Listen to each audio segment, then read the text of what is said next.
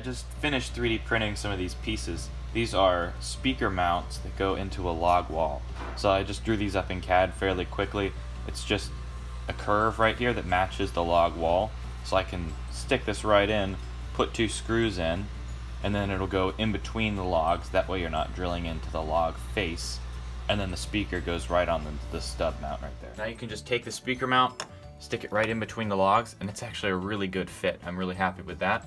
Then you just take those 2 screws, run them in, and it's anchored in there. The reason I did them like this is so I'm not screwing directly into the face of the log.